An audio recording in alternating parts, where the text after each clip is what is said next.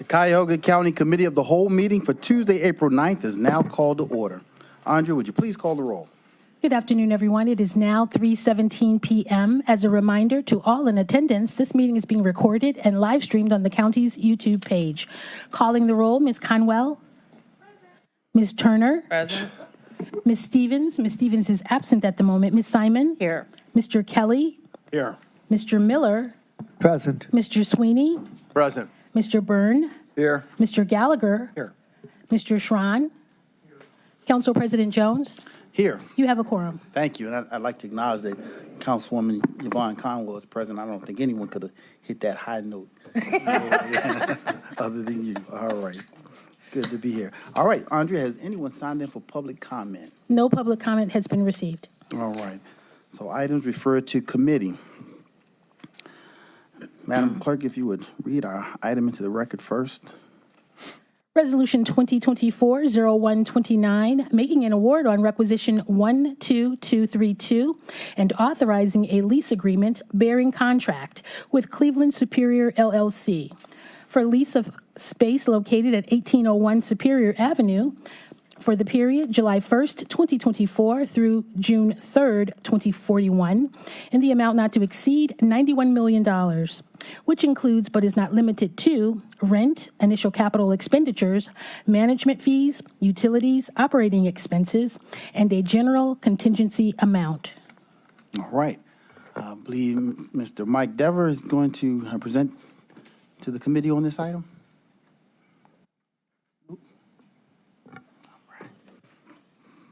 Mr. President, members of the committee, Eric Janis, Chief of Staff. Just a few brief remarks, if I may, before we turn this over to Director Dever. Good afternoon, everyone. I'm here on behalf of the executive expressing support for the legislation that the administration team is about to brief you on this afternoon. The proposal before you for the lease of 1801 Superior will provide a new home for the County Board of Elections and house parts of our Health and Human Services operations. The new location was selected with our residents and employees in mind and will vastly improve services to our residents, including an improved voter experience with increased queuing space, access to transit, and increased parking, better access for clients and visitors, safer spaces and treatment for children, consolidation of human service agencies, and the increased synergies of being co-located while still having a community presence throughout the county, an overall reduction in square footage of county agencies, and a reduction in capital repair costs for our capital stock. The legislation before you today is the culmination of years of work to realign our real estate assets in a way that makes sense for the Cuyahoga County government of today and of tomorrow. I want to thank the administration team for their good work in bringing us to this point, especially that of our Public Works team, the director, and our real estate consultants. I also want to thank the Board of Elections and Health and Human Services leadership for their engagement in making this proposal better and making it work. Thank you, and now I'll turn it over to Director Dever for the presentation of the proposal. Thank you.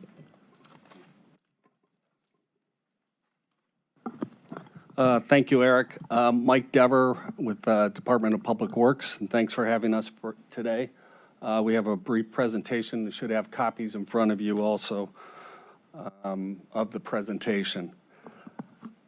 Okay, if we can go to the next slide. All right, thank you. Thank you, I appreciate it. So the consolidation that we're talking about here really started back in 2012. When we did an overall real estate assessment of all the county properties when the new government was formed, which led us ultimately into the administrative headquarters that we're in right now. Secondly, we followed up with a storage consolidation that put us into the Halley warehouse, along with the archives went into that facility. Step 3 was we did a public works maintenance facility consolidation. This is where we brought the county engineer maintenance functions, the sanitary engineer maintenance functions, and also the fleet management group out to the Harvard Yard, which this council approved of back in 2018. And then we had a sale of various vacant properties. At the same time, in 2014, we did a needs assessment of the Health and Human Services Group. There was a follow-up needs assessment that took place back in 2018. Board of Elections, we did a needs assessment of that group also back in, I think we did our initial one back in 18. We did a follow-up with Makovich and Pucci last 2 years ago. So next slide, if I could. The clicker is right there for you, too. Thank you, thank you. So first, I'll start off with the Board of Elections. Their current facility is 173,000 square feet. This includes the Hughes Building, the Halley Warehouse, and off-site cold storage located out in Bedford. These few slides that you see to the, or pictures that you see to the right also are just some representation of the activity around Board of Elections site. So the need for the Board of Elections is primarily is to accommodate increased early in-person voting because there's lack of room for queuing indoors. There's lack of parking at the current Hughes facility. There's only 48 spots behind the building. And then we lease roughly 450 lease spots in vicinity of 30th and Euclid. There's increased development around the Hughes building, which limits the ability to purchase short-term parking, and this has continued to get worse. Just in last, the primary here, we were fortunate enough to get a lease, like I said, roughly 450 parking spots. But as continued development around that area, it's just becoming more difficult because both residential and businesses are moving in the area. There's a need for modern office space. There's a need for proper staffing, function adjacencies. And then a priority of County Executive Ronayne was to push forward and to come to a solution for the Board of Elections. We released an RFP for new leased office space. We ended up having 7 responses, which were reviewed by the BOE, the administration, and Public Works. I'll bring Ryan up briefly just to talk about the responses we received from the RFP process. Hello, Ryan Jeffers with CBRE. As you heard Director Devers say, there were 7 responses to the RFP that came back. Just to quickly go through, there was a response from Dallad Realty for what's known as the Pioneer Building over on East 131st in Garfield Heights. There was a proposal from DBL Development for a building that is a converted warehouse over on East 72nd in Cleveland. ICP, Industrial Commercial Properties, proposed the 1801 Superior Building that we're talking about today. The folks who own the Higbee Building, Jack Entertainment through their broker JLL submitted a proposal for one of the upper floors of the Higbee Building on Public Square. K&D Group proposed some lower level space at Reserve Square Apartments. The folks at MRN proposed a project over at Tyler Village. They had an option on the west side of the campus. And St. Vincent Charity Hospital proposed a collection of spaces in a couple of different conjoined buildings over on East 22nd Street. The group that was reviewing the buildings, made up of BOE, Public Works, and the administration, reviewed all the proposals, toured properties, and scored based on the criteria in the RFP, ultimately leading to the 1801 Superior Building being at the top of the list. Thanks. So with the selection of 1801, or at least the proposed selection of 1801, there was actually more space, Class A office space, available at this location. So we needed to think creatively about another group to potentially, or another county agency to bring into this mix. As I noted earlier in the presentation, we had been doing a study of HHS and their space needs over the last quite a few years, actually. And so we looked at them as a potential solution and a potential consolidation with both BOE and HHS in part of this facility. So with that being said, I'm going to ask David Merriman to come up and just walk through pretty much the Health and Human Services piece of this.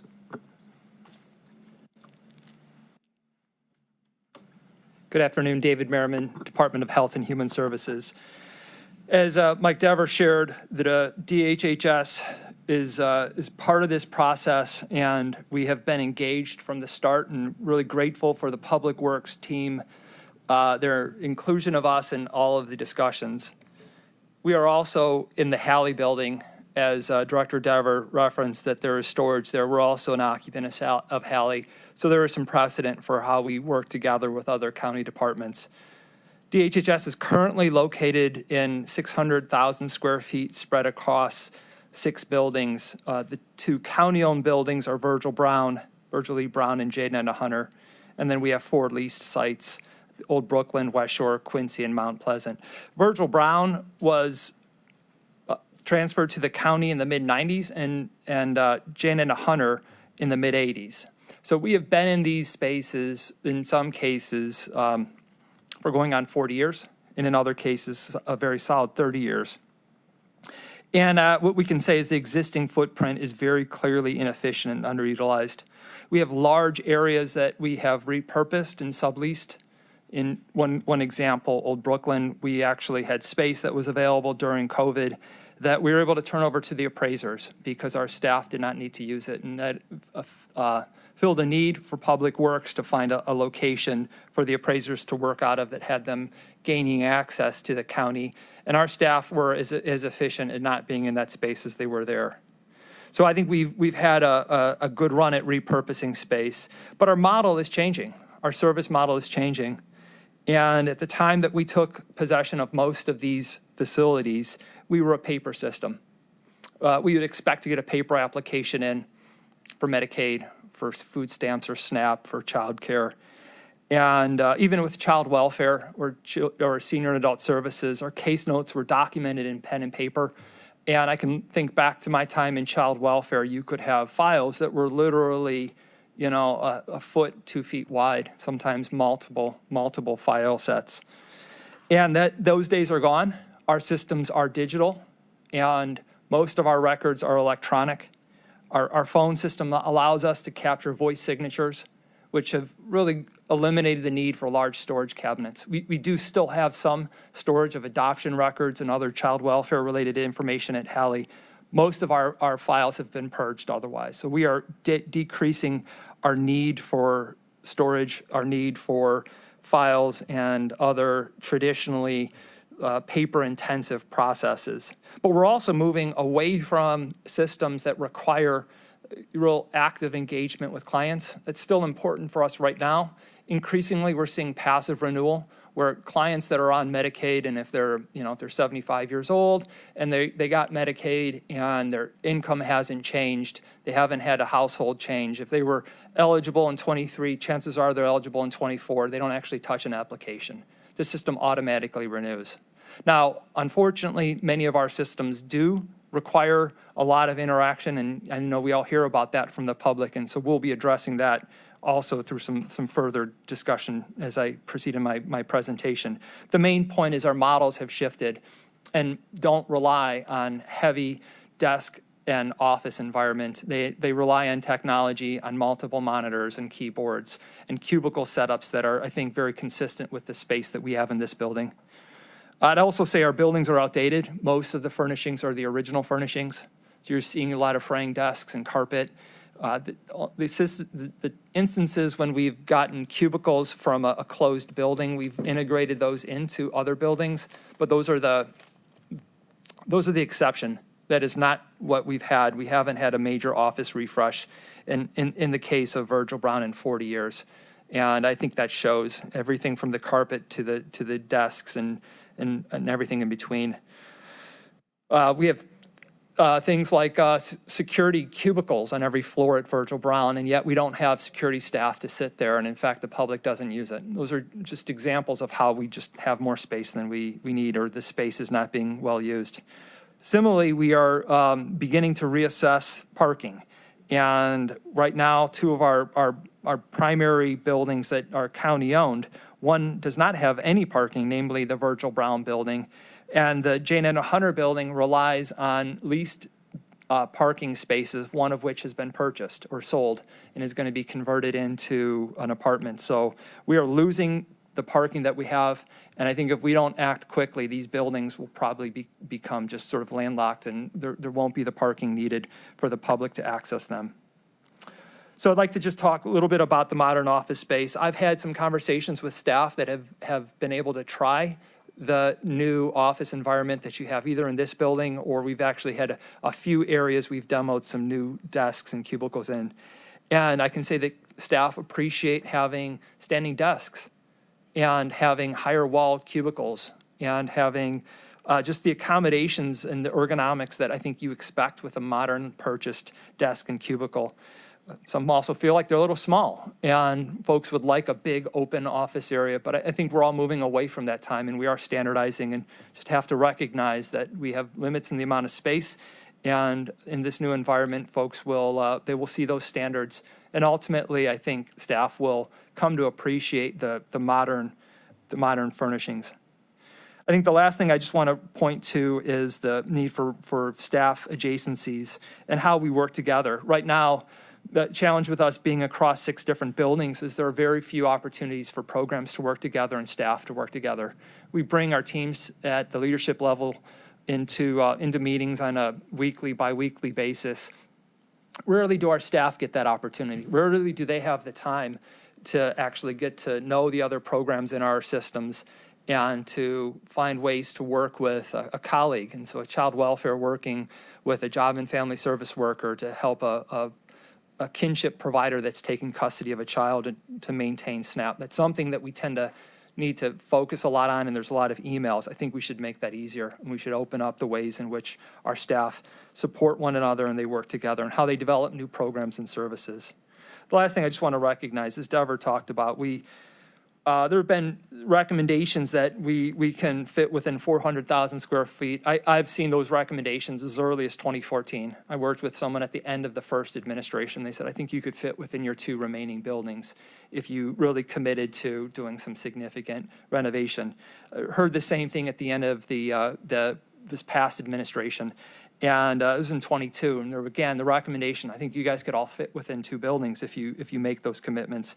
And so I think we're there again, and we've all recognized that, in fact, we can fit within a smaller footprint, staff can still be effective, and ultimately, we believe that bringing people together will make us more effective. So I'll be here to answer additional questions. Thank you, David. So the key piece to this is just in regards to the HHS. What's before you today is really regarding the 1801 lease. But this lease only works, it gives expanded space to BOE, but the HHS piece to add to this is an important component to make this financially viable for the county. So that's why I'm actually presenting part of the HHS consolidation plan. As David had just recognized, we're at 615,000 square feet of space for HHS. We can get them down to roughly 400,000 square feet. So that's just a very important piece of this. And I understand clearly that we're here just about the 1801 component. So the current project and the overview. So the top ranked proposal that came out, Ryan went over it, is the 1801 Superior Avenue. The BOE, the intent is to move all administrative functions into 1801, the lower level of the first floor of the 1801 Superior building and part of the second floor. We're going to maintain operations, a significant portion of the operations at the Halley Warehouse. The intent is to vacate the Hughes building at 30th and Euclid. This will be a significant increase on early voting expansion. That's one of the key drivers here, as well as parking for more than 700 plus vehicles. The excess office space for BOE, this led to the review of HHS needs. HHS is to occupy part of the second floor and all of the third floor of 1801. Virgil Brown, our intent in the future through another project that will come before this group, is our intent is to either sale, lease back, or some other type of capital financing to basically rebuild basically the Virgil Brown building. We're thinking that's in the range of a roughly $40 million spend. We're going to acquire 350 plus parking spaces next door to Virgil Brown, and I'll show that in a future slide. We're going to increase the use of community partners, as Director Merriman had noted. So the intent is to exit 4 leases are going to be expiring and to vacate ultimately the Jane Edna Hunter building. When does that lease expire for Jane Edna Hunter? I'll have a slide here that's coming up. Oh, so we own that. You own that building anyways. Okay. Okay. Okay, so this is just a quick location overview. In the middle there is the Hughes building at 30th, the red dot, or the red shaded area. As we go east, Jane Edna Hunter is a yellow shaded building. Right behind it is Veterans Services Commission, and I'm happy to report next week we will be putting out to bid the Veterans Services project. And we hope to be able to award that before council's recess this summer. Also on that, on the eastern side of 40th Street is the Halley Warehouse. We own 2 parking lots just immediately east of that. An important piece next to Jane Edna Hunter are we are leasing well over 300 parking spaces just to the east of East 40th and Euclid. Though we've been given notice by the landlord, the owner of those parcels, that they have sold them and they intended to develop them. So that parking will no longer be available in late 25 for over there at 30th or 40th and Euclid. Mike, like Jane Edna Hunter, like the other building, are you considering sale, like Virgil Brown, are you considering sale or some other option with the Jane Edna Hunter building? Yeah, not to sale, potential lease back, or we may come up with another capital financing mechanism for us to do the project ourselves. So we're still exploring that, but we intend to bring something forward to you. And at the same time, I just want to note, we're looking at purchasing parking around Virgil Brown right now, immediately adjacent the Virgil Brown building. There's a 350 car parking lot, and then across the street there's a smaller lot too. So we are we've negotiated a price with those landlords. So that's something further we'd bring forward, and I'll provide that in a timeline here shortly. 1801 Superior, the big blue spot up there, is just 1 block east of the Virgil Brown building. So this is just to give you an overview of where the locations are. This is our timeline that we have in front. Our intent is to execute the lease for 1801 Superior this year. Our hope is towards the end of this month, early next month. Purchase the lots next to Virgil Brown, the adjacent parking lots. In 2025, the intent is to move BOE into 1801 Superior in the first quarter. We should be able to vacate the Hughes building at that time at the conclusion of moving BOE in. The Mount Pleasant lease term ends at the end of 25. We're going to be looking at a Virgil Brown sale, leaseback, or other capital financing mechanism in 2025. At the same time, we intend to start in 2024 is to start developing plans for what the interior of Virgil Brown would look like. So we'll have that available for us in early or mid-25. In 2026, our thoughts are it's to move HHS into 1801 in phases.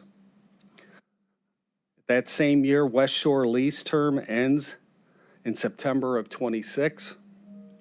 In 2027, our Old Brooklyn lease term ends in 2020 and the first month of 2027. Quincy, that lease ends in by June 1st of 27. At that same time, we hope to have significant capital improvements and modernization completed with Virgil Brown. And then we would ultimately vacate the Jane Edna Hunter building. Our intent is to utilize the lease facilities in Jane Edna Hunter to be able to move people over to them into those buildings while we rehab Virgil Brown completely. And then by 2027 is to move everybody back into, and the additional agencies into Virgil Brown.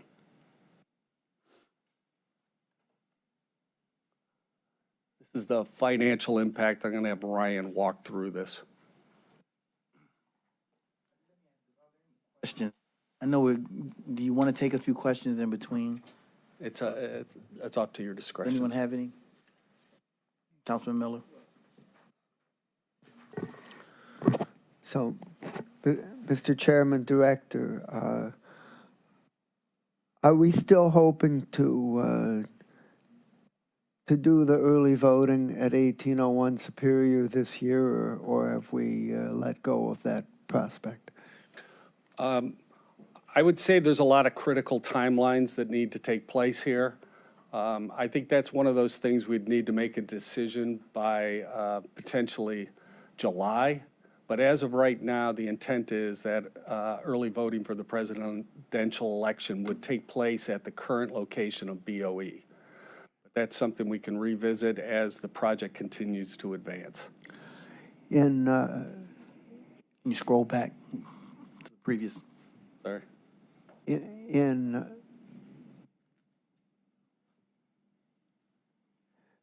in one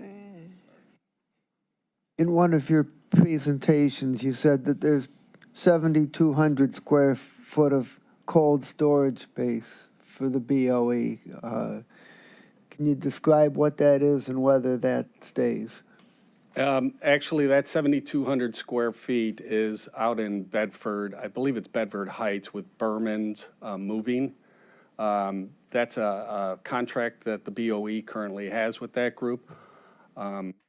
As this project fully develops, our intent is that lease will go away and that storage will ultimately come into the Halley warehouse. Okay, thank you. Mike, if you're able to scroll back, are you able to get back? There it is. Councilwoman Conwell? Yes, through the chair to Director. What's the current condition of the parking garage at 1801? So we're looking through this lease agreement to for the owner of the parcel to make significant capital improvements to the garage itself. It needs some work right now. There's currently some vehicles parked in it, but as part of this lease agreement, we're looking at more than $5 million of investment in the garage. So They're going to put the 5 million? that's correct. Okay, The and- county's putting a small capital portion so we can put in a passenger elevator in the garage also, because there currently isn't one in there. And so the lease is signed already? Not signed and executed, and that won't happen until this body ultimately approves it. So since you're Council member, can you speak up into the Since you're microphone? waiting on us to approve the lease, what is the deadline, or did you give them a deadline to repair the garage? So the intent here is we are looking to start the construction. Our thought is to have the BOE be able to move into the facility, all of their administrative functions of 30th and Euclid by the first quarter of 2025. So the intent is all of those improvements would be completed by that time frame. Okay. And you mentioned in terms of the logistics and the location of the Virgil E. Brown building to 1801, do you plan on having the administration plan on having employees walk from 1801 to Virgil E. Brown for parking?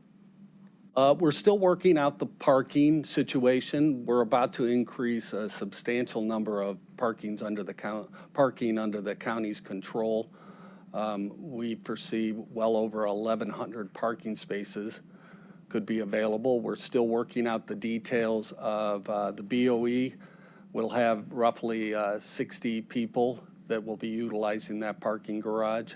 And then we're still working out with Director Merriman specifics of how many people will be coming to the office on a daily basis and how many won't be. They're pretty much out in the field.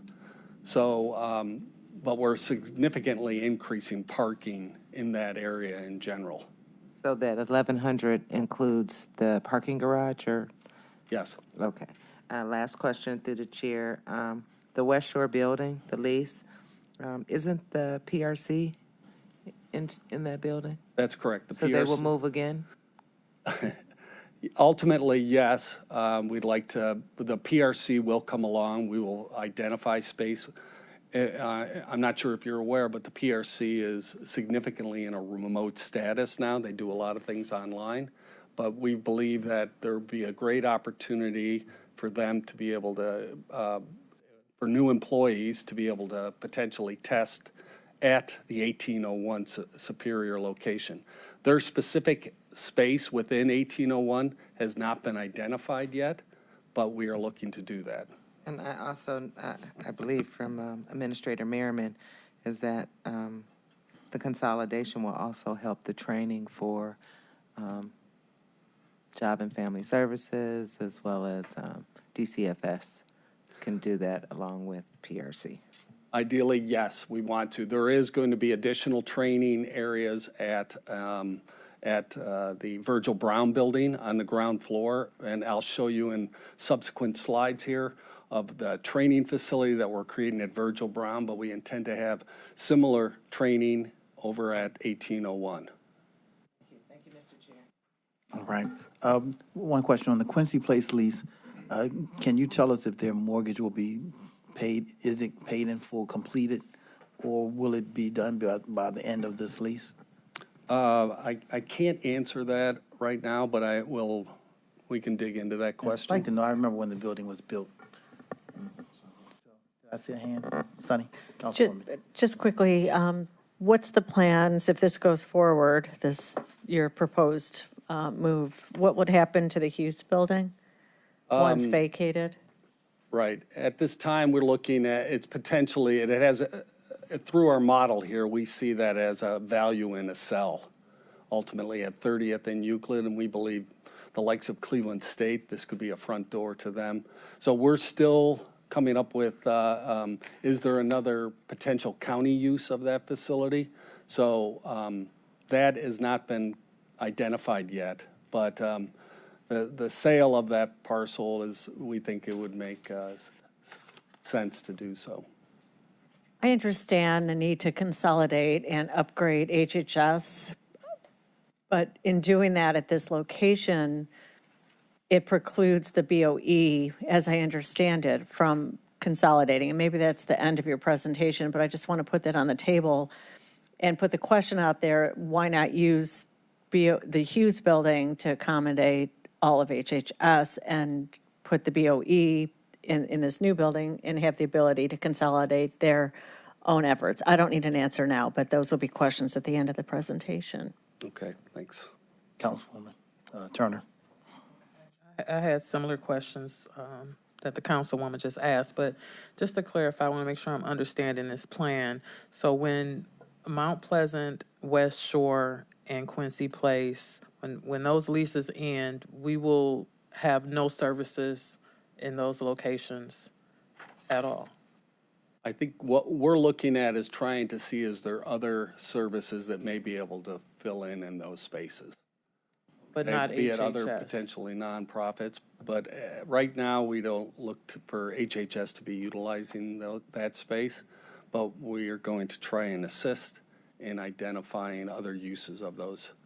Okay, and we're buildings. talking about moving those services to either the Virgil E. Brown building and the 1801 property. That's correct. So those who were traveling to these locations for services, they now have to travel downtown and not in their own communities anymore. David Merriman again for DHHS. I think in terms of Mount Pleasant, we have very little client traffic to that building. It's mostly our staff.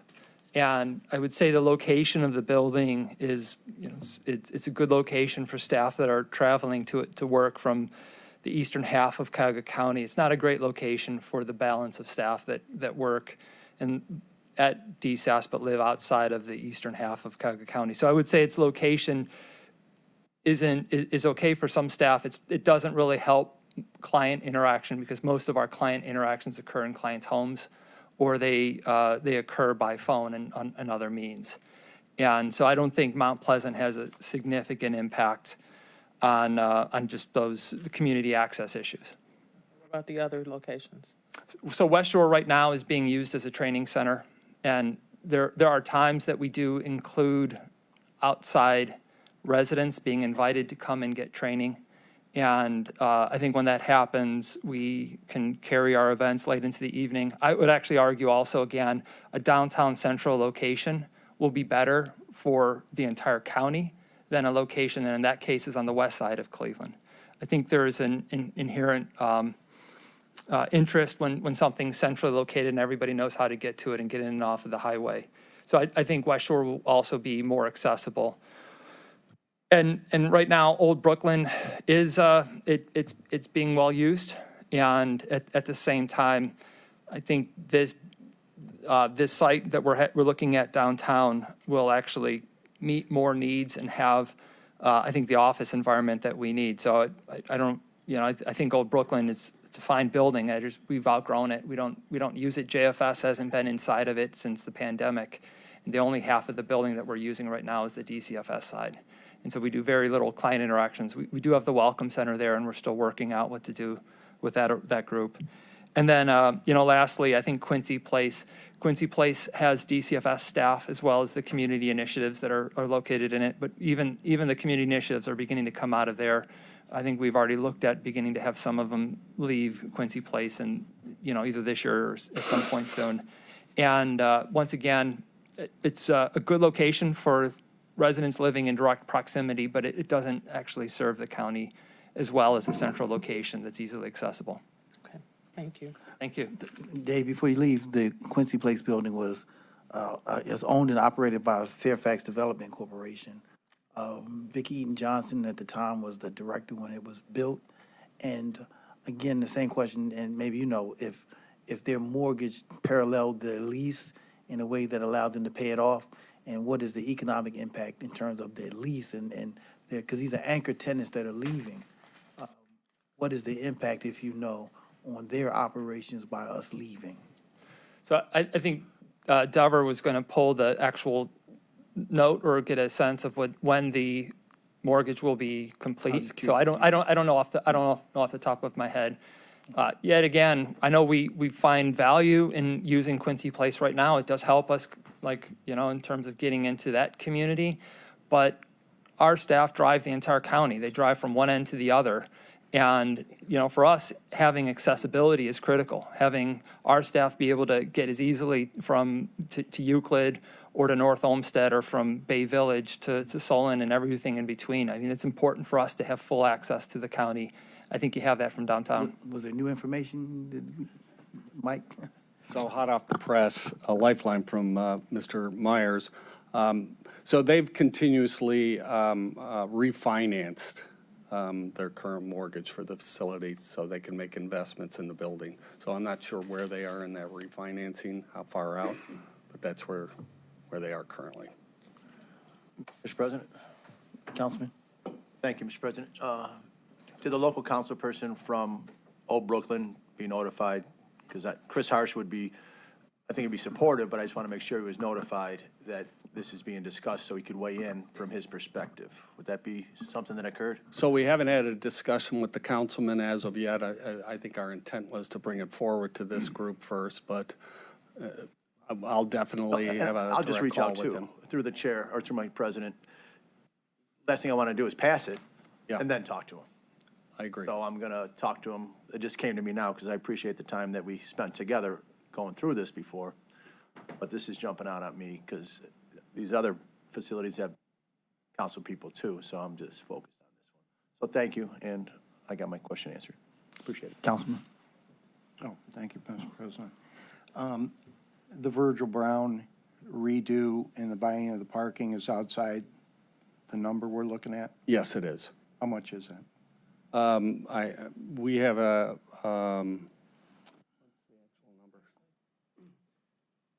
So, Councilman, I don't know if you're specifically asking about the capital cost to renovate, or are you talking about occupancy? What's the all-in? So actually, it's a pretty good segue. Oh, Because the next You're slide, going to do that? the next slide actually hits right on that. Oh, okay. Do you have a If you'd like slide me to for hit to it. building new as opposed to leasing? So we have a model that is the more conservative, and it can only get better depending on the assumptions that we make. Oh, wait, okay, thank you. Okay. Okay. So this would be an overview of that slide, Councilman. What you have in front of you, and admittedly, as I can see it here, it's a little bit small, so hopefully your screens are larger. You've got a comparison of 3 scenarios that we modeled. This is an evolving model that we have refined and refined and refined and refined over the last year. But what you find is that we've got 3 scenarios. The far left column it's termed a do nothing, but this is really the cost of occupying the current facilities that the Board of Elections, that the Health and Human Services agencies have, and then on the bottom you see them totaled together. So left-hand column, occupying current facilities. Now this shows a capture and a cash flow over a window of time because we are comparing it to the lifetime of the proposed lease at 1801 Superior. So one thing to keep in mind as you look at this is that we have gone through the effort of modeling the costs of the buildings.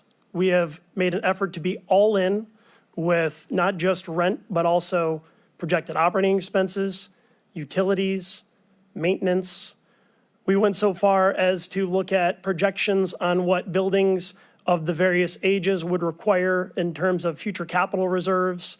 And we escalated everything with a reasonable assumption for local inflation over the 17 years. That's important to keep in mind. And we've run these cash flows up against one another.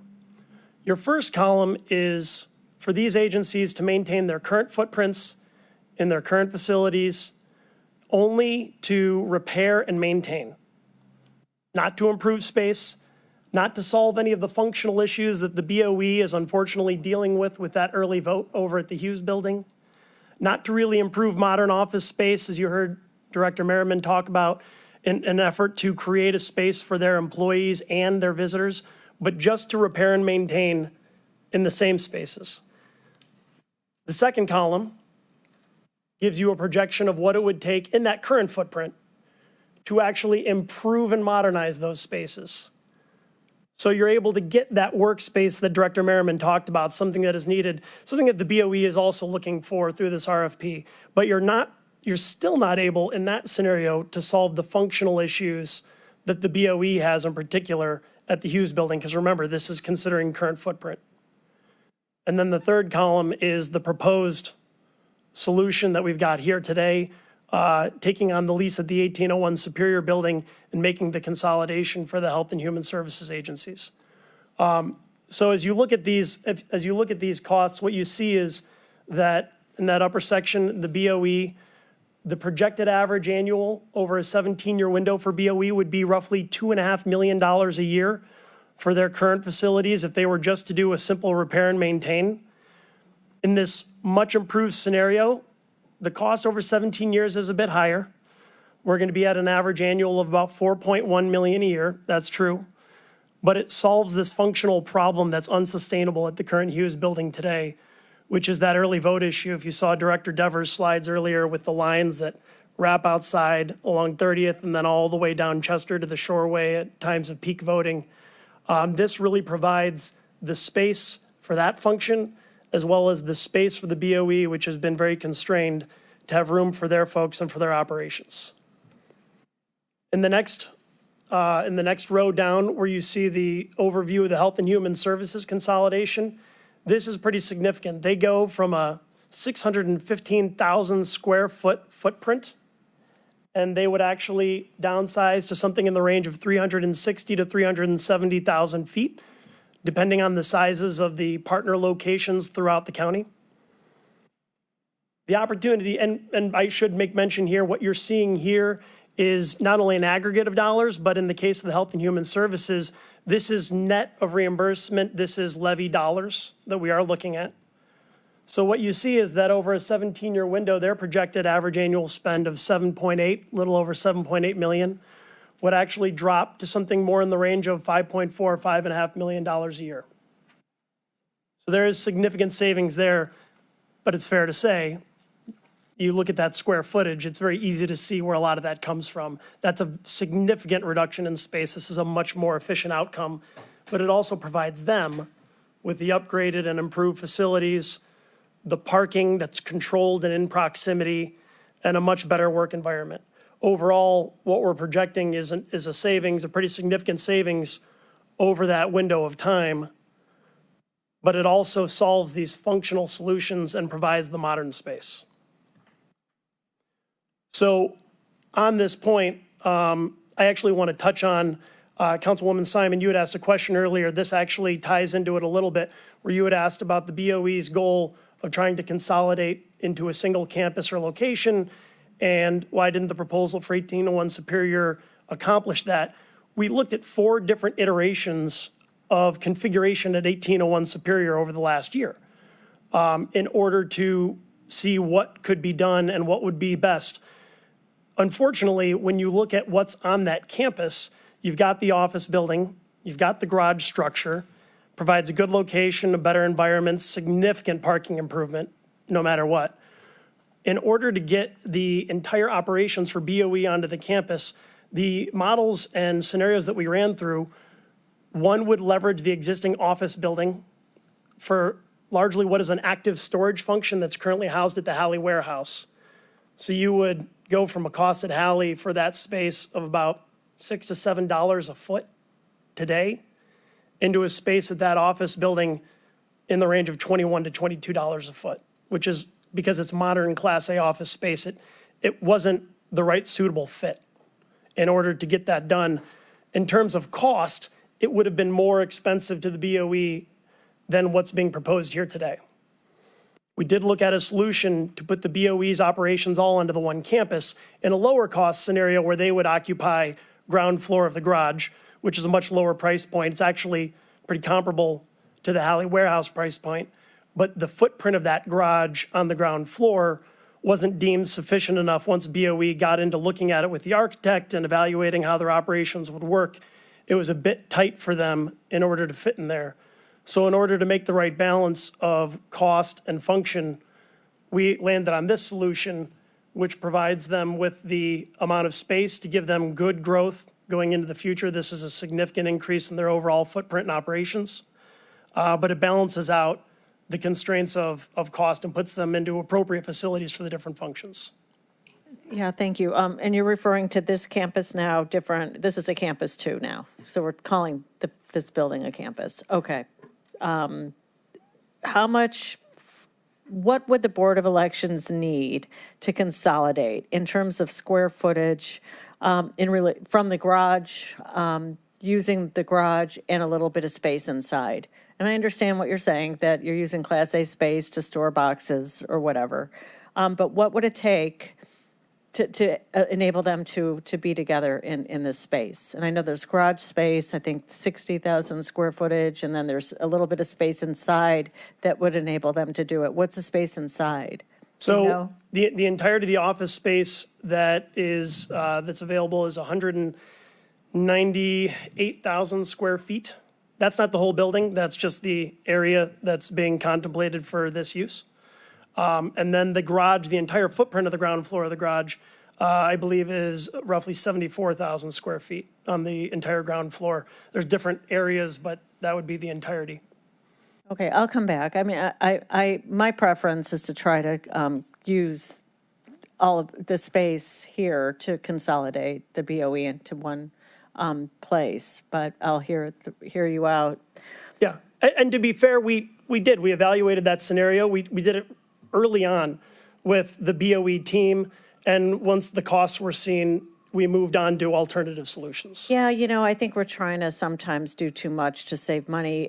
In the long run, maybe it doesn't make sense. Maybe today, dollars and cents, using levy dollars and leveraging this building, when originally it was just the Board of Elections that took the lead in making this their space. And now because of this vision of using HHS dollars, that now we're trying to configure two separate operations into one place, and I don't even know if that makes sense overall. I understand you're looking at it from one perspective.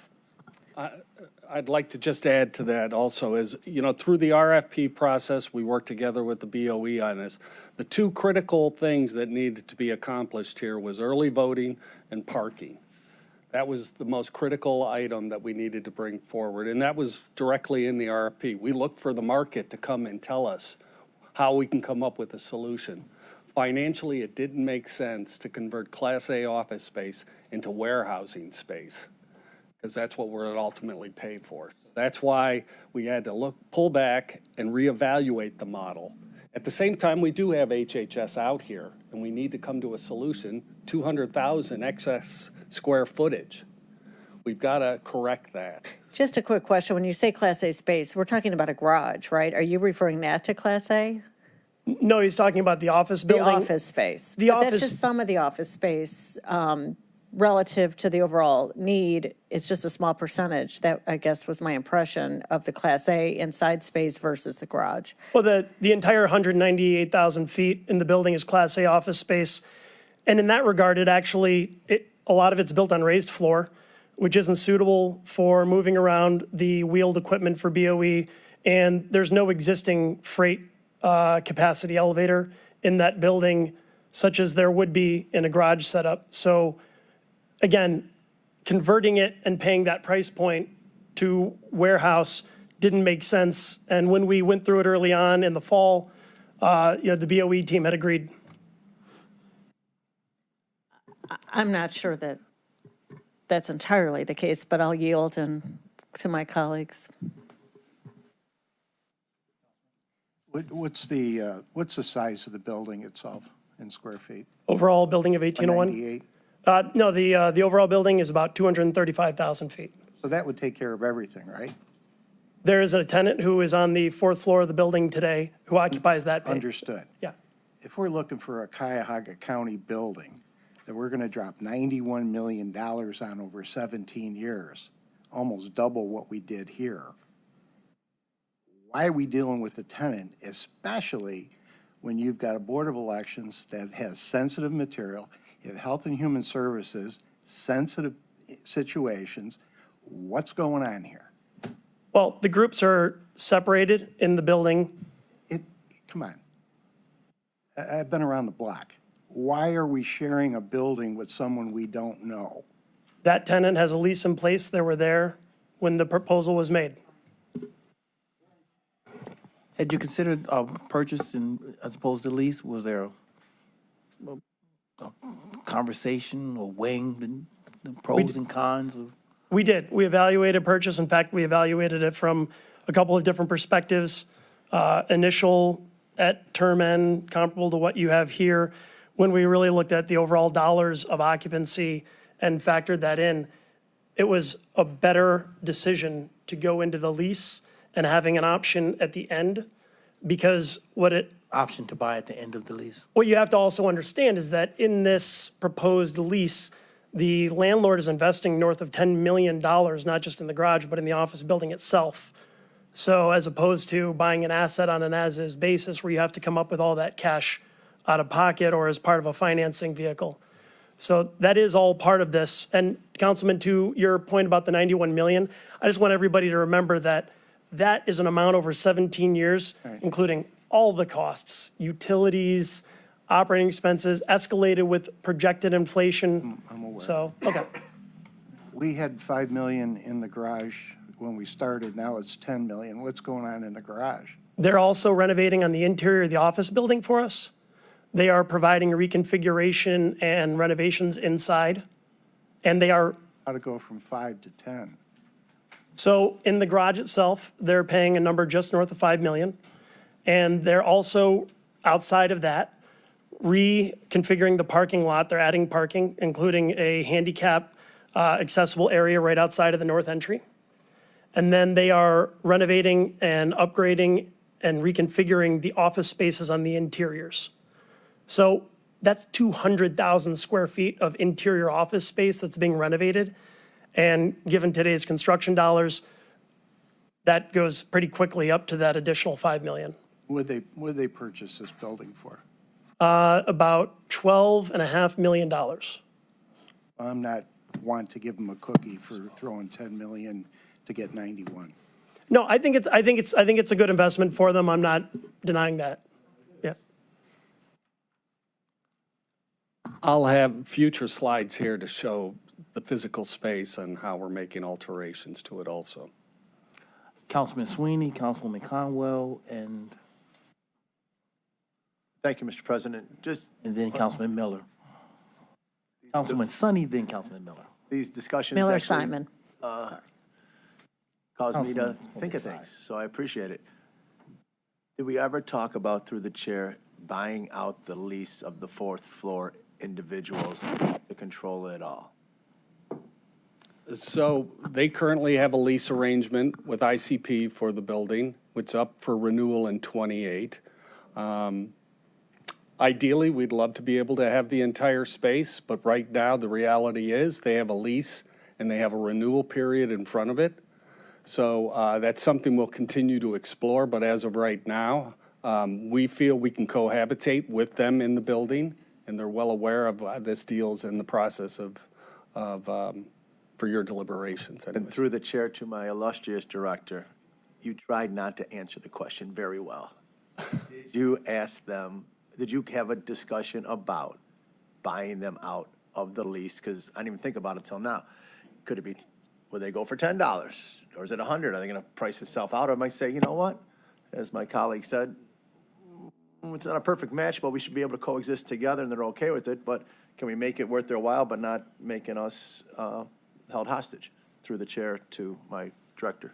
So we're in conversation with them. I think. Did you ask them that, though? I don't care. I just. Directly? Yes, maybe do I it. think ideally, we'd love to have the entire building. Yeah. But we're not there yet. What the reality is, up until 2028, they do have the lease under contract, Absolutely. and then they have a renewal period. Absolutely. I'm just asking if you could, and I'm not making you, I think it would be a good idea to whoever the CEO is saying hi.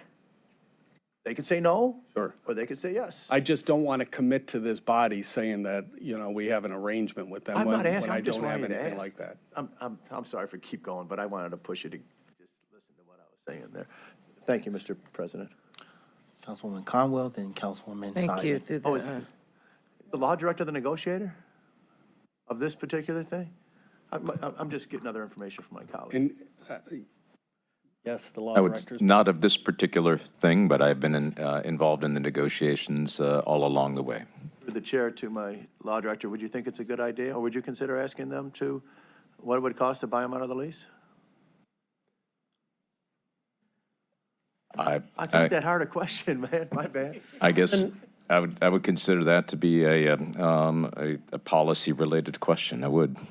Councilman, it's been deemed too expensive, and we can talk further about it as a matter of a negotiation, but it's been deemed too expensive of an endeavor for the value that we would get out of it, because we don't have a use and a function for that space that we know that we could get into it at this time. We'll talk about that more. I'm sorry. Hi, Debbie Berry, Chief of Integrated Development. We have talked directly to the director of the nonprofit organization, and they came back and said that they want space that is equal or better in a location that is proximate, that has the same amount of parking. At this time, we have not been able to meet those needs, so they're not even willing to talk about a buyout price at this point. So we're going to continue to look at that and see if there's another location, but right now we just haven't identified anything. Through the president to the chief, got to get your title down. Thank you. You gave me an answer that satisfies the due I'm sorry I diligence didn't of jump this up sooner. administration, and I appreciate the efforts. All right, Councilman Sweeney, we will move on. You have done your work. I was supposed to be short, but I didn't get what I wanted, so I kept going. Councilwoman Conwell. yeah, through the chair, I just want to respond to Mr. Sweeney. Yes, I've talked to the CEO, and we're in partnership with them and other organizations. And they, as Debbie Berry, the chief, stated, that was their conversation, because they moved there and they spent a lot of money on renovations. And so I do know from the CEO that we would need to give them at least 2 years notice for another partnership we're in with them already. So hopefully, me and Administrator Merriman talk about it all the time, so he would know, you know, what their thought process is. So I love Jackie. I'm a up Jackie on fan. that. My question to the director is, does any of the, or to Merriman, I don't know who would answer it, does any of the HHS reserves, are they being planned on being utilized for this move? Councilwoman, to your question, I don't believe we're intending to use any of our reserves for this. We are right now focusing on 1801. I think once we get to the next project, the Virgil Brown, I think we'll have a lot of decisions to make about the budget. But at this time, I think this is an expense we're going to just make out of our existing dollars. Out of the existing, which fund? HHS dollars. Okay, thank you. Councilwoman Simon. As a follow-up, what's the renewal period on the lease with that tenant? I believe it's 3, in 2028 is their first renewal period, and then they have 3 5-year options from there on.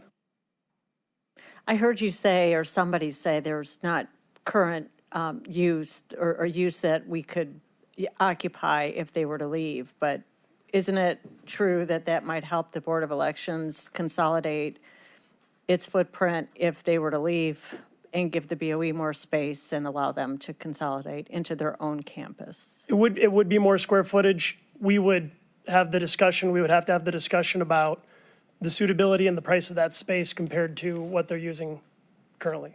Okay, because I heard that there's no current, there's no idea about how to use it, and I think there is. But in terms of, Ryan, I heard you talk about operating costs as part of the 91 million when you were responding to my colleague Gallagher.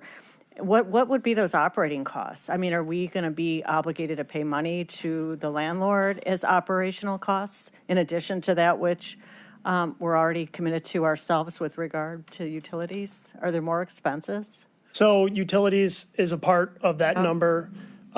You would have anything that it takes to operate a building, whether it's baked into the rent or it's in addition to the rent, is part of what you pay as the occupant. So it's everything from the utilities to the maintenance of building systems to janitorial services. Mind you, some of the items that were in that cover memo and that $91 million number includes the county staff that would be cleaning this space over 17 years.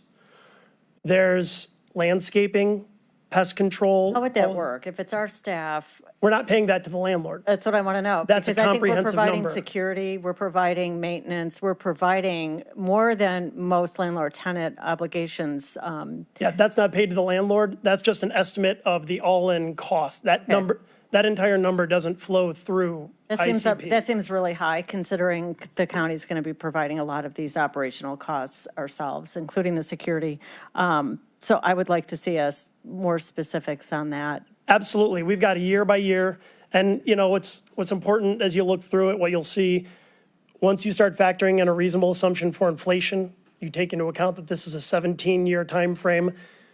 That's a long period of time, and this is a large space. So we do have that ready for you, and we're happy to provide it. Okay, and just 2 last questions for now.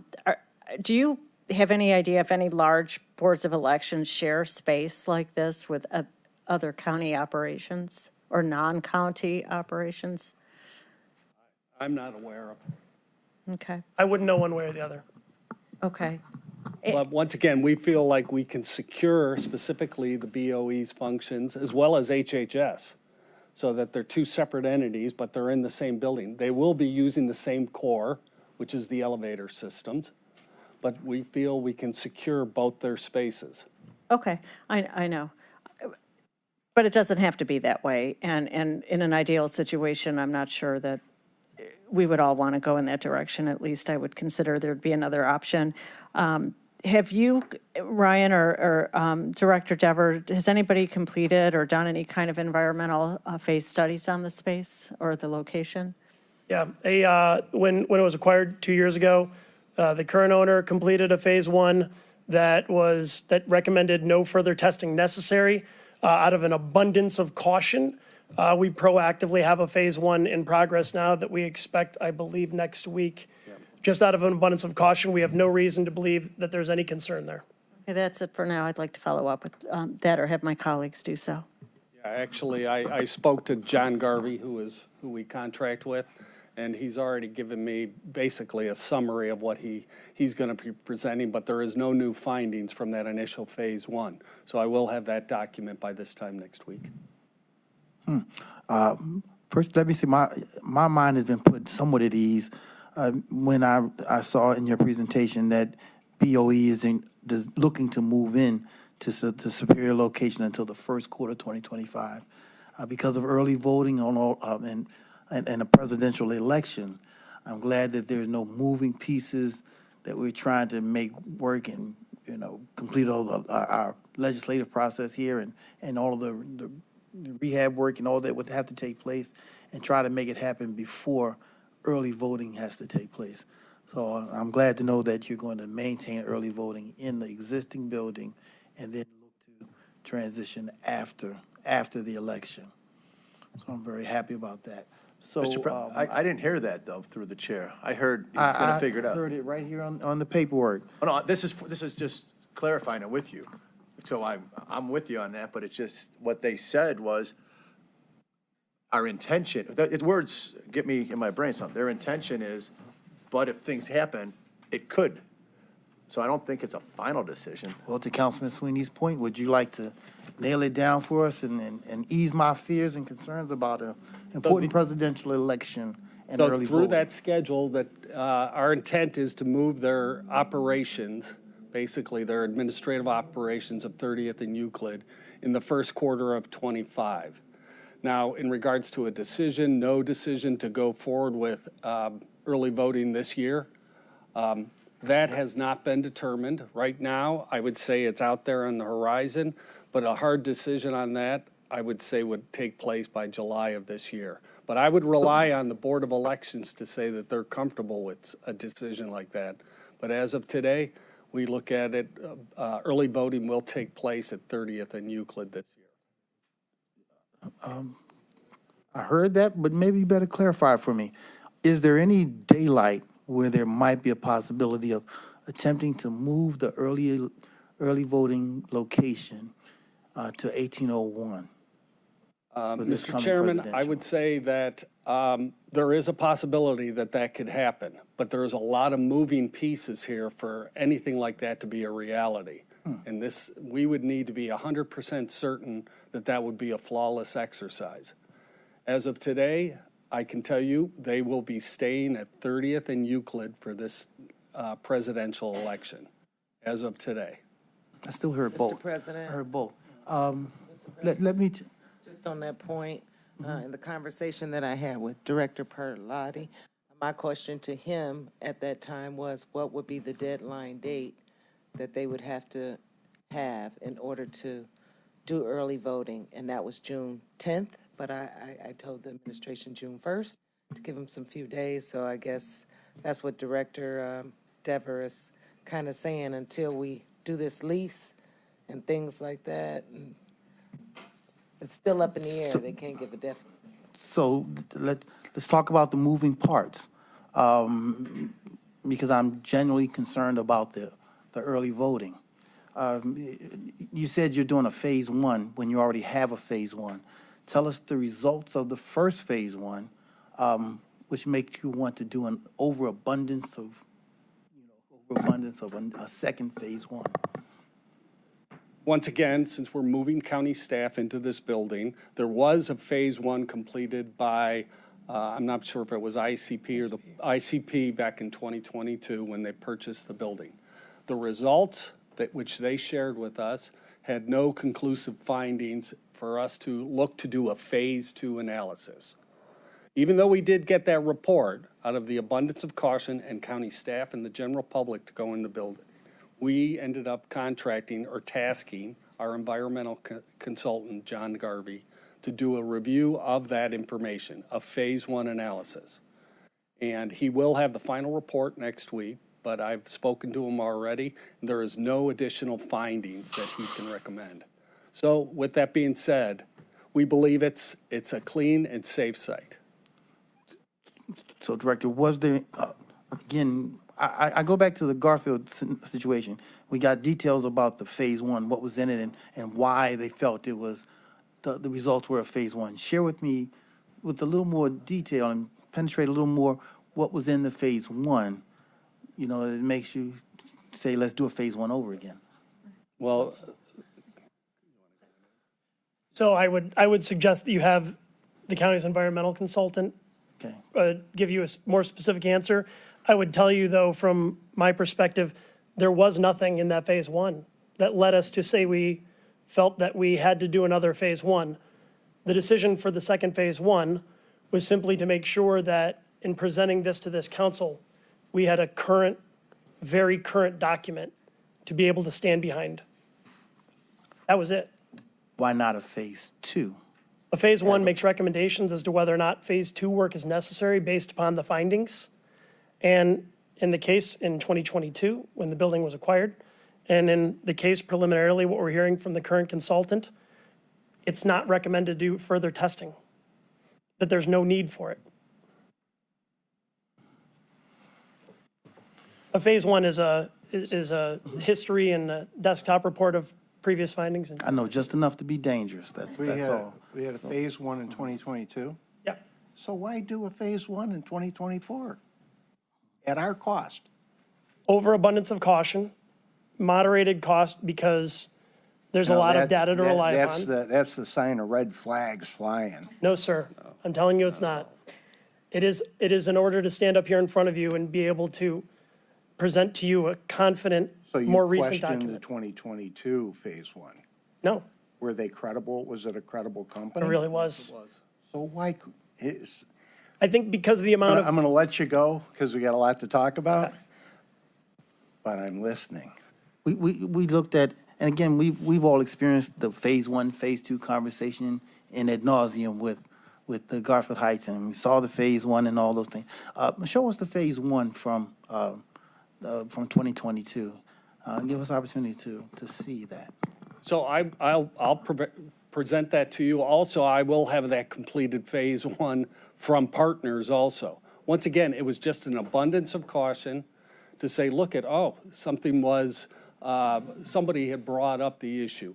So we went back and did a double take as the county, our due diligence before we presented something to you. So I will have both those reports next week. And I'm confident, I'm telling you, I've heard from John Carvey and there's no issues on this site. The current phase one, is that something you already have now? Is that something you can get to us in the next 24 hours? I'm sure we can get it. Rick, All right. We'll have to run it through a special counsel, Michael King. I have one question from our colleague. What was the cost of the phase one? I forgot the task order. First one or the second one? Ours. 35, I think it was $3,500. No. Okay. Councilman Schrein? Yeah, if it was your money and you were spending your money to buy the property and you already have what you've just told us is a credible phase one, would you then do a duplicate and buy another phase one out of your pocket? If I'm having the public come into my building, if I have colleagues coming into the building, yes. So then you cannot believe the first one. It's the only I it's the only result I can come up with. I'm trying to bring confidence to this body. You bring less confidence, to be honest. I'm getting less confident that you went and you tell us that you have a credible source.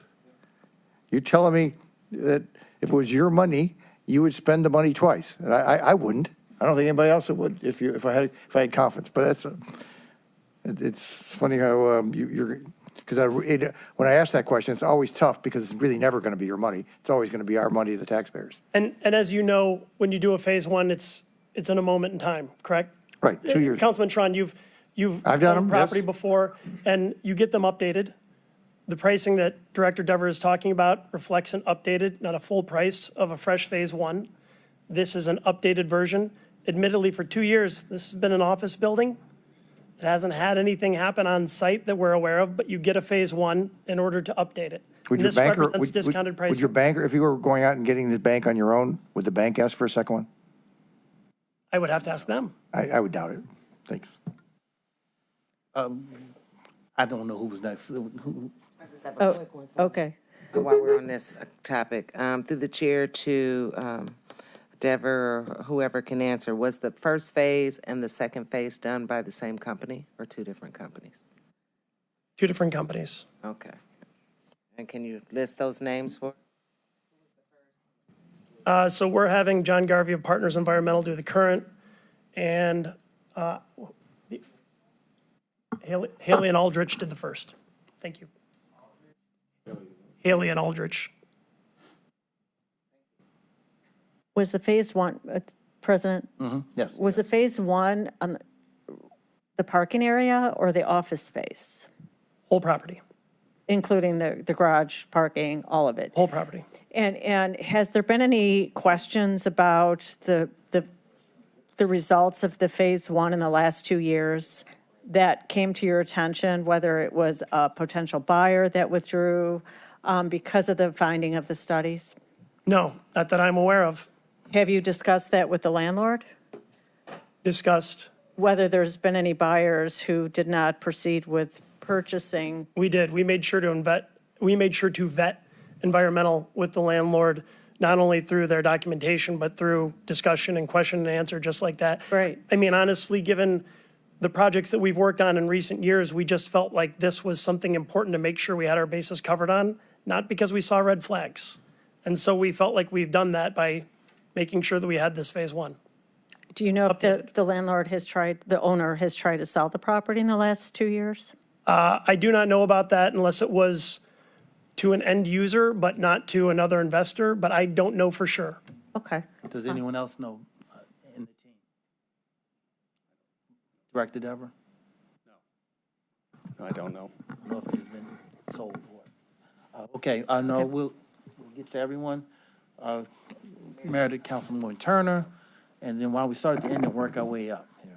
I just Councilman. wanted to quickly add through the chair that I don't think any of us disagree that the consolidation of operations for both of these agencies will substantially increase and improve their abilities to deliver services or meet deadlines.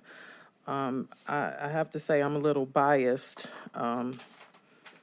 in having worked at the Board of Elections and participated in multiple election cycles. Considering that they're still going to be required to operate out of the Halley building, out of the warehouse, do you have a cost analysis of what those improvements, upgrades, or renovations may cost for them to continue to operate additionally in that space while also moving to the new building?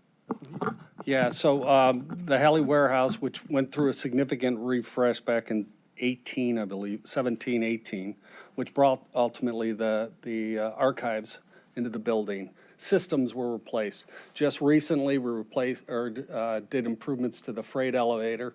So 3 out of the 4 elevators have been rehabbed, and the 4th elevator will be forthcoming in the near future.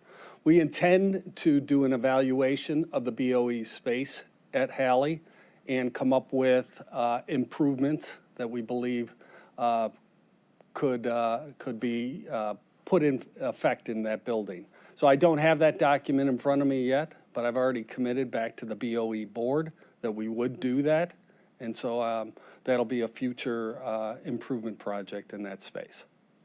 And just for the record, you know how involved I've been with, the jail process and making sure that we are doing that right.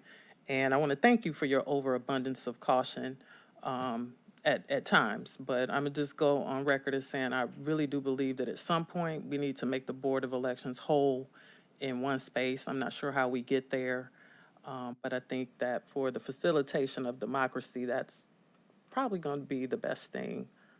So looking forward to working with you and trying to figure out how we can do that. And I understand we have some tough decisions to make to accommodate both of these agencies who are cornerstones of what we do here in the county. So I just wanted to go on record as saying that. It's a high priority.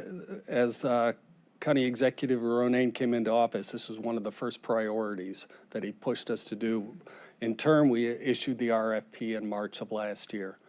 We believe with roughly a 25% increase of space, and there's obviously additional general fund appropriation that's going to be needed for this, for the BOE.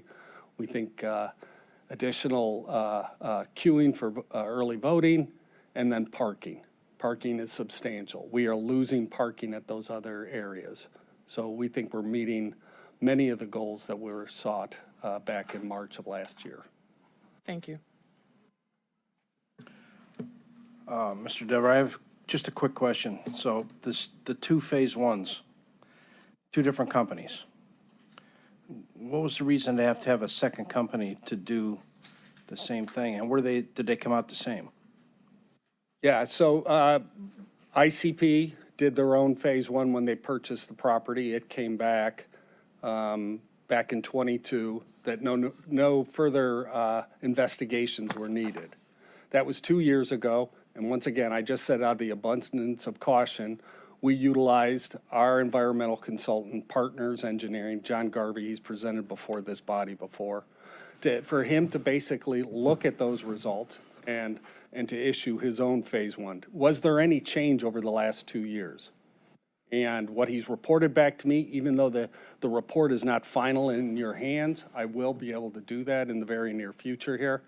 But he has already reported to me that there is no additional findings. All right, thank you. Mr. President, Director,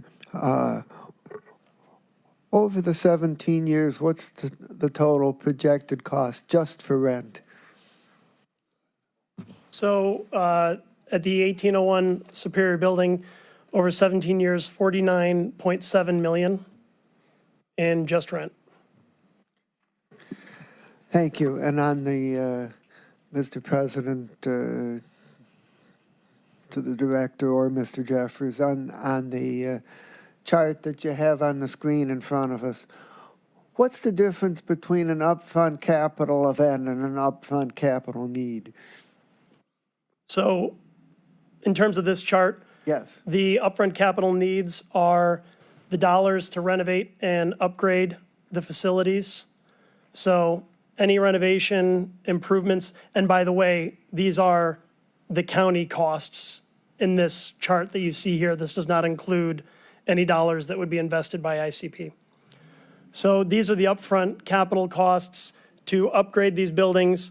Largely, you're seeing a large number there that's tied to that project to renovate the Virgil E. Brown building to make it more efficient and to consolidate there. That's the large bulk of that.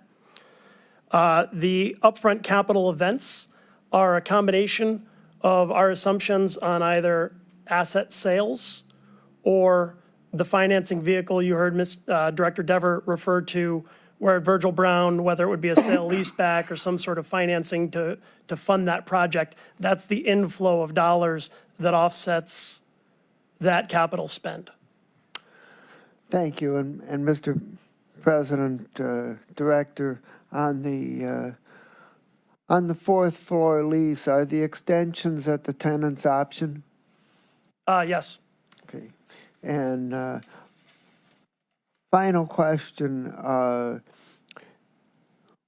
what HHS employees currently pay for their own parking, and will there be any change in those arrangements under the new regime? At this time, the only employees that have paid parking as a component of their job are the staff in the Division of Children and Family Services and Senior Adult Services that are a part of the AFSCME 1746 contract. So those two departments that have staff that are in that arrangement have access to parking as a component of their agreement. Everyone else has either there's parking available in the facility and they don't pay, but they aren't required to pay, or they're at the Virgil Brown building and they pay. And are these arrangements going to stay the same?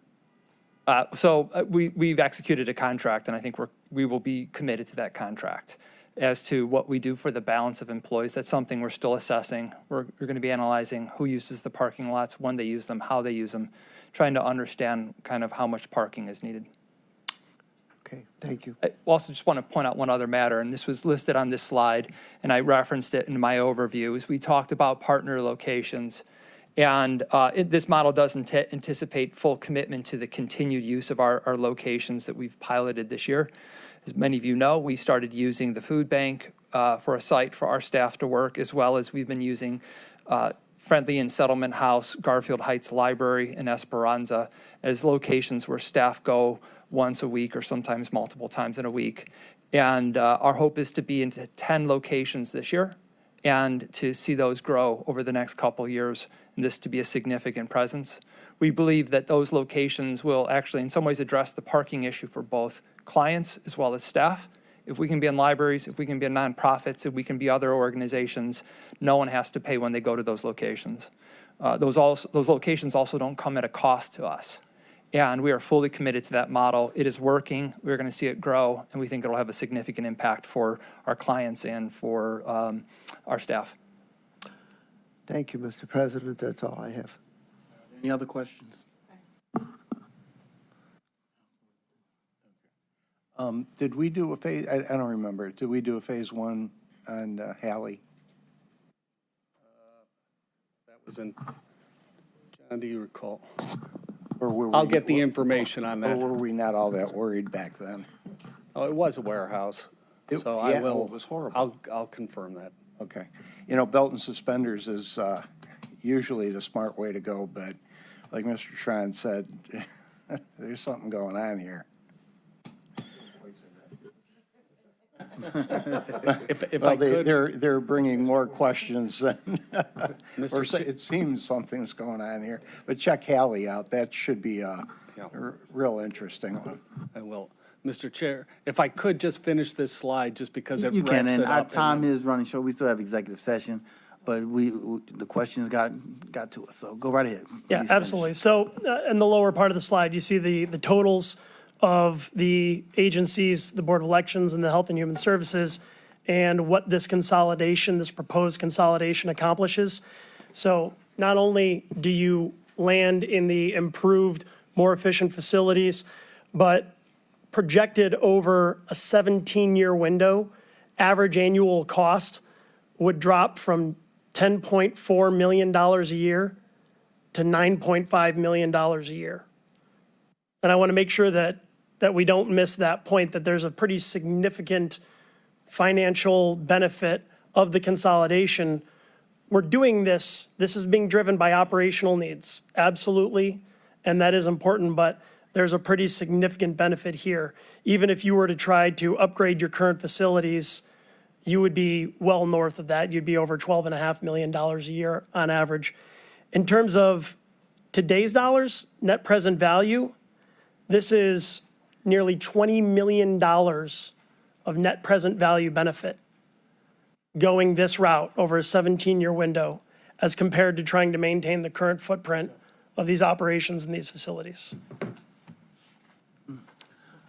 We have so many questions. We're going to get them all in. Go right ahead. Yeah, I just, Councilwoman Simon first. I'm sorry. Okay. Oh, just quickly, I just want to say that I don't think the administration nor this council body should be making decisions about when elections are held. We have Director Perlotti here, and we don't have time now to bring him up, but I think that's really, where we should be gauging when elections or when the move should take place, not us. I just want to say that.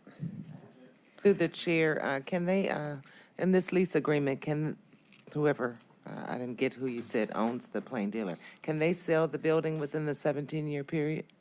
And as would any property owner, they would have the right to sell it, but we have negotiated for a right of refusal that allows the county to be able to acquire the building if they choose to sell it.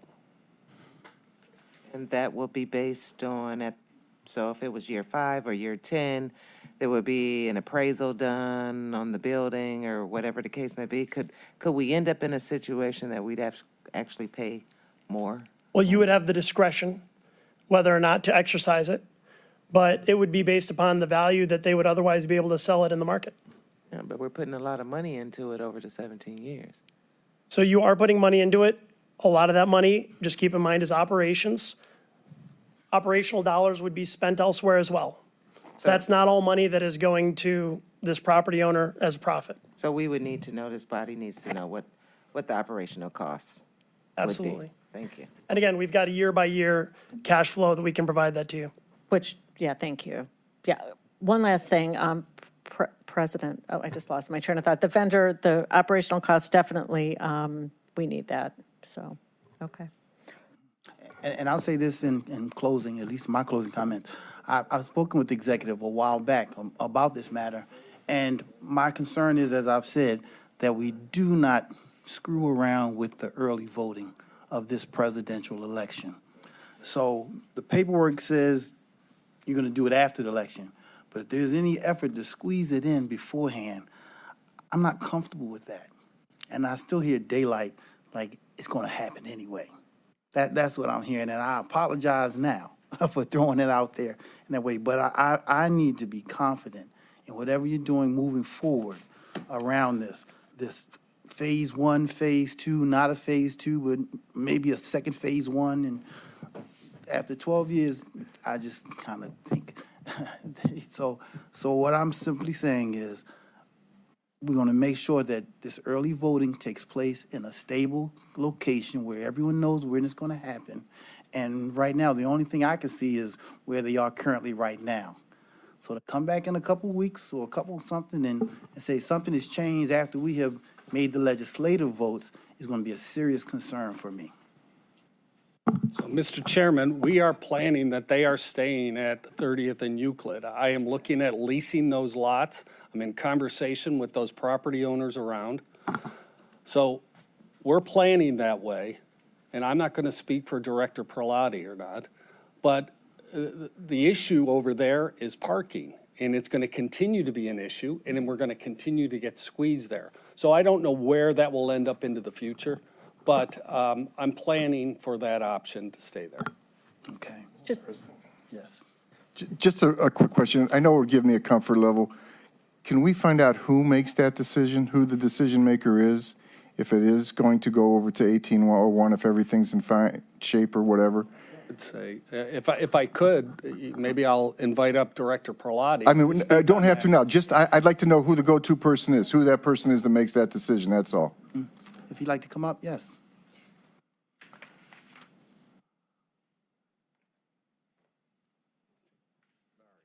Okay. Hello, everyone. Tony Perlotti, Director at the Cuyahoga County Board of Elections. That decision, there's certain criteria that my team and I need to be comfortable to know by certain points in time that we could functionally execute that election. So, one being the most important, and the first thing is the voter registration database that we use. That's what we issue all of our vote by mail, early in-person ballots out. It's a secured network, and that is which, upon many things in which this thing would be, we would have to make a decision if we could vote this year in that building. At the absolute latest, I would have to know that that worked. That's our county IT with my IT department working with AT&T and Mike and his team. At the latest by July 1st, I'd have to actually make connection between 1801 Superior and back to the Hughes building, in which where the servers are housed that keep that voter registration database. I'd like to be able to have that information sooner to know, because that is probably the most critical piece, is knowing that I can make that connection. Because if you can't make that connection, the conversation's done. You're done there. So I don't know that until, again, county IT, my IT, AT&T are working on all of that. Then with that, if there were to be any chance of trying to do that this year, the early vote, it could not look like what the permanent solution would be. It would have to take advantage of some of the current open spaces that are in that building that would need probably minimal construction work, but it definitely would need cabling, power, and data to make sure that we have all of our check-in stations up and running. And again, if Mike's team is doing that, they have the ability and the capabilities to do that, but we would have to have that done probably by late summer, right? So he has to guarantee that we can do that. Getting furniture and all those things over are things that can happen. But there's definitely these pieces in place. There's the security measures that we need to make sure that we have security cameras and access and all those types of items. We would have to be assured that those things could all be implemented in time. Again, July 1st really is for those things to be able, the work doesn't need to be done, but there needs to be absolute confirmation that, yeah, security can be put in place and have that in place. Because remember, November 5th is Election Day, but early in-person voting starts a month before that. You have to have training. You got to have people in there. So you're looking basically Labor Day.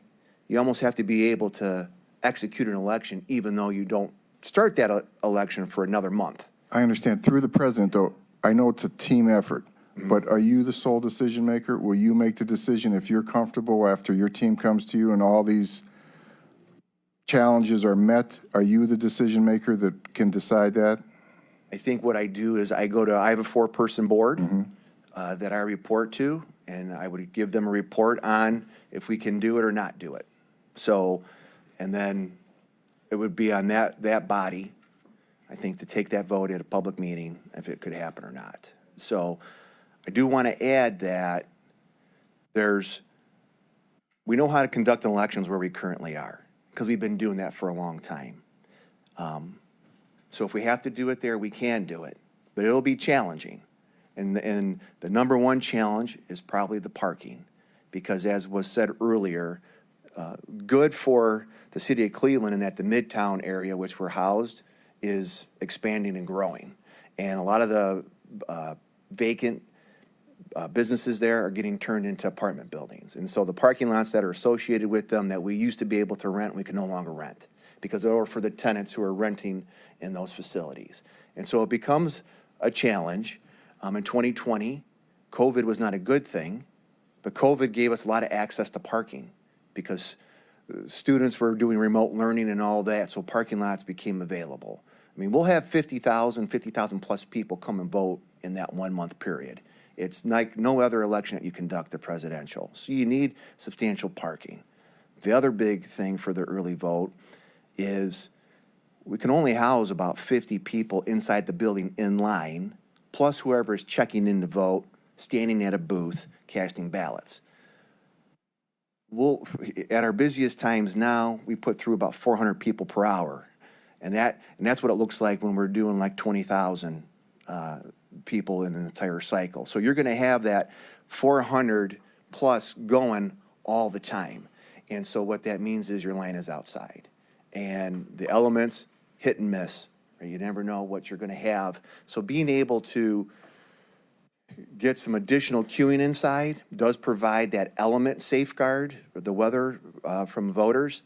But, you know, like with anything, the new space, new challenges, some things we don't know about until we get in there and we start working through. And this is why you want to have things in place sooner than later so we can do dry runs and we can try to troubleshoot and anticipate the best that we can. So I wouldn't necessarily, I would ask that we don't completely close the door on the early vote at that location if things can come into place. But there are several ifs that we need to consider to make it happen. And a lot of that is because of parking, because of the internal space, being able to queue more people indoor, out of the elements, keep them off the sidewalks. And it becomes quite a scenario when you have that ballot drop box, that you have cars trying to drive there, you have people in line, you're trying to keep voters in safe, and cars and voters don't mix well, and you're only allowed to have that one. So there's a lot of those moving parts. Director Prelati, I appreciate it. What I say, our time is truly spent, so we have to end. But I believe we're all on the same page. We want a well-run, well-executed election. So with that, I'm going to extend an invitation to yourself and/or your committee of 4 to come back to our next committee of the whole when we continue this conversation. There may be questions that you can be instrumental in helping us get to the right answers here. Okay. Thank you for that invitation. I'm glad to attend. All right, this does conclude our meeting here. Any miscellaneous business? So we'll have executive session now. All meetings of the Cuyahoga County Council are open to the public under the Ohio Open Meetings laws. Under that law, council may go into executive session during a meeting for specifically authorized purposes. During executive session, council confers outside of the hearing of the public. Council may not make any decisions about any matters in executive session. All decisions are made in public. This afternoon, the council will go into executive session for the purpose of discussing pending or imminent court action. During this time, our live stream will be down, and we ask all those not specifically needed for the executive session to remain in council chambers. Council members will convene in the adjacent Committee Room A and will re-enter the meeting once the executive session has ended. Is there a motion to go into executive session for the purpose of discussing pending or imminent court action? So moved. Second. Properly moved and seconded. Madam Clerk, will you call the roll on the motion to go into executive session? Calling the roll, Ms. Conwell? Ms. Turner? Yes. Ms. Stevens is absent. Ms. Simon? Yes. Mr. Kelly? Yes. Mr. Miller? Yes. Mr. Sweeney? Yes. Mr. Byrne? Yes. Mr. Gallagher? Mr. Schron? Council President Jones? Yes. The motion carries. All right. And Council President, before everyone leaves, may I state for the record that resolution number 2024-0129 is being held in committee. All right, the ayes have it. We will adjourn the meeting for an executive session. Thank you. I was going